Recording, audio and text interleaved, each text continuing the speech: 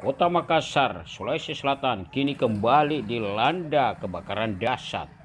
Kali ini terjadi di Asrama Anoa Matoangin di Jalan Kakatua Kelurahan Pabatang, Kecamatan Mamajang, Kota Makassar, Sulawesi Selatan, Minggu 4 Oktober 2020 sore, pukul 15:15 waktu Indonesia Tengah.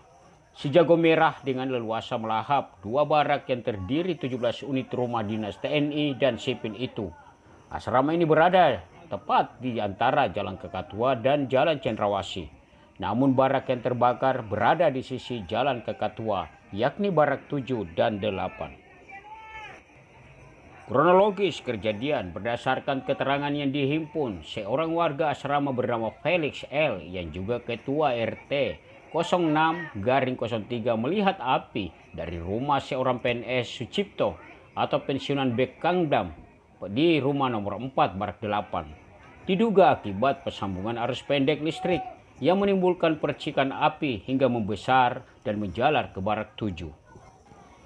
Dalam kondisi api membesar, Felix berupaya meminta bantuan warga memadamkan api dengan menggunakan alat seadanya sambil menghubungi pihak Damkar Makassar.